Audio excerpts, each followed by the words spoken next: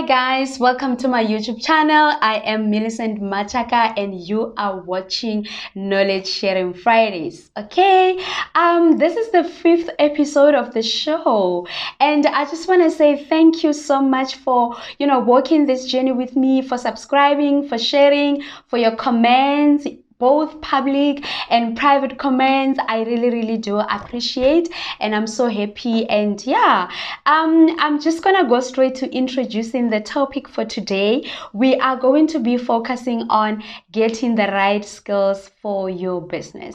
What inspired this topic is the fact that I know that a lot of small business owners struggle with this one, because maybe let's say you have identified the problem, you defined that problem for your business, you have developed the solution, you have determined your market, you have established a revenue model, everything is working fine, but now it's time to implement and you don't have the right skills or you don't have money to get the people to come on board. So today I'm just going to share with you different options that you can go for depending on the type of the business that you have or you aspire to start. Maybe one of them can work for you, at a cheaper rate, just to get the business started, right? So obviously I have a couple of ways, like as usual, and I'll start with option 1 is collaboration. So this one is a working practice whereby individuals work together for a common purpose to achieve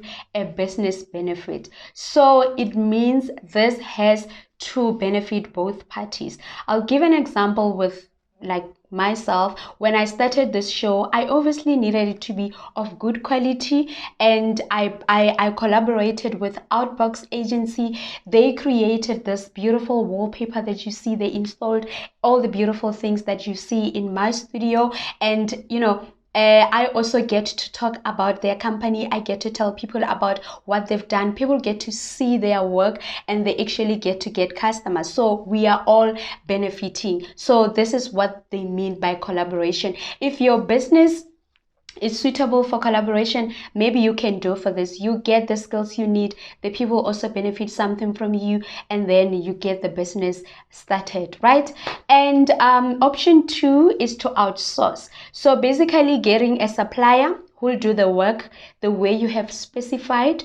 You manage them to ensure that they deliver exactly what your client wants, and then you sell to your client. So in this way, you don't need to have employees in your team, or you don't need to have the skills to produce that solution that you are selling. So you just get someone who does what you want to do, or there are companies that are already well established. Maybe they are in the same sector or industry as yours, and then you get them to do the work, and then when you make the money, you save from the profit and make sure that you work towards controlling the value chain of your business, right? You don't outsource forever. This is just to get you started, right? Because you have to think generational wealth, right?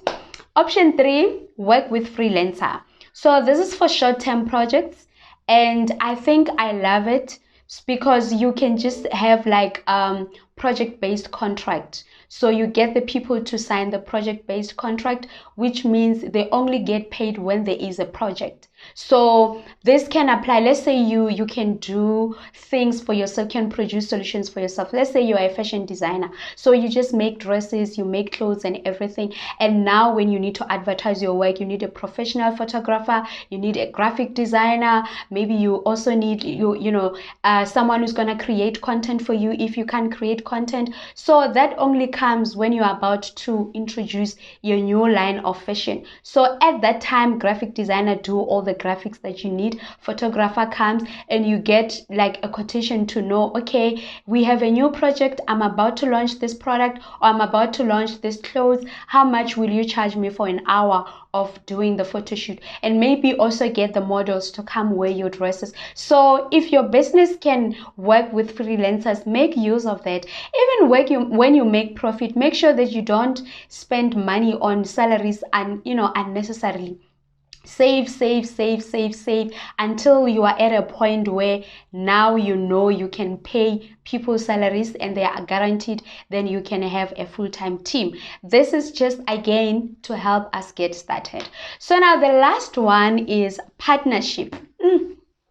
For me, I would say this one must be the last resort. Like I would advise you to try to get a loan maybe, or try to borrow some money, or try investors as well. Maybe someone will believe in your idea and actually invest in it before you go to partnership, because someone said getting a partner is the same as, you know, choosing the person that you're going to marry. It's similar to a life partner, because they're going to determine the success. They have like a huge role, you know, in determining the success or the failure of the business. So you really need to get the right people. So this one also, I would recommend it maybe for, let's say you have an idea, but then you don't have knowledge about that industry in which your idea relies in, right? So you need that person to come and help you with their knowledge. Let's say you want to design a product that involves engineering or requires engineering knowledge, and you're probably not an engineer and you can't go to school to learn those things, but you know someone who's experienced and they know everything and they can actually advise you. That's when maybe if you don't afford their services, you can partner with them, and then they get a percentage of your company, and then you work together. So they bring that knowledge, they bring that, you know, expertise, and then you focus on making sure that the idea comes to reality. And also maybe you probably run the operations of the business, because you would have taken basic business skills, you know, and then they just come with that knowledge. It also helps, you know, when investors start to ask questions. It also helps when, you know, customers start to inquire. People who are knowledgeable are able to stand in the gap for you and actually give the people the right answers. Even when you are thinking of expanding your business, they will advise you. They will tell you from their expertise if it's advisable to do so or not advisable to do so, right? So I think partnership, I would say I recommend it for such incident, because I know that some businesses, they cannot work on collaboration, they cannot work like on outsourcing, cannot work with freelancers. You really gonna, like, it's when you know that you need full-time employees to come and work and you don't afford them, that's when you can go for partnership. Okay, so now, before I close, I'm just going to share with you things to look for when getting the right skills, when getting these people. Remember, these people are going to determine the failure or the success of your business. They really can impact your business that way, right? So, firstly, look for alignment of values. Do you guys share the same values? If you don't share the same values, you might want to think about it. And then secondly, mutual respect. No one would like to work with anyone who does not respect people, right? So you need to have a mutual respect. Commitment to participate. Are they the kind of people that you speak today and you discuss and then you plan, and then when they're supposed to show up, they come up with excuses? If that's what they always do, you need to assess that at an early stage, and if you need to break things off, because you can't afford to work with such people. And then clear goals. For me personally, I like to understand what is your goal, what is your plan in life. If someone does not have a vision for them being what they are, I'm never gonna work with them, because because I'm a very vision oriented person. So we need to work towards a certain goal, not just to make money. Yes, we will make money, money will find us. But if you don't have goals, if the person doesn't have goals, I would personally say they might not be the right people to work with, right? People who are just after money, You, like I've mentioned it, you can't afford to work with someone like that. What happens if you guys don't get paid? It does happen that customers don't clear invoices. What will happen? Will they still have the motivation to continue working with you, or they're just gonna drop you and say, if there's no money, no. And also, you know, sometimes when you're doing business, you have certain values that you set for yourselves and morals, you know, that you live by. And if people are just after money, it can be very easy for them to compromise their morals, and that will always get back to you.